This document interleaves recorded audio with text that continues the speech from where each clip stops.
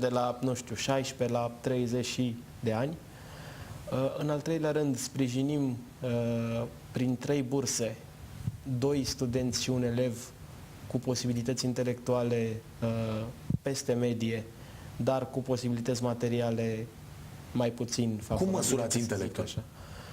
Mă rog, dacă vrei să vorbim de testul Stanford Binet sau ce scale mai sunt, putem să vorbim, dar nu la asta. S-ar putea să fie niște oameni foarte interesați de aceste foloase, de aceste premii și poate că unii nu se consideră suficient de capabili și zic, domne, dar cum se măsoară?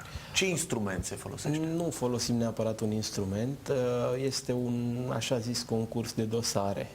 Fiecare dintre membrii fondatori, și suntem 3 la număr, caută cazuri de acest gen, cazuri de elevi, studenți cu rezultate bune spre foarte bune, le discutăm în ședință și selectăm un număr de dosare în funcție de bugetul pe care îl avem la dispoziție. Din păcate, anul ăsta ne-am permis să dăm doar 3 astfel de burse, dar sper în 2015 să creștem numărul lor.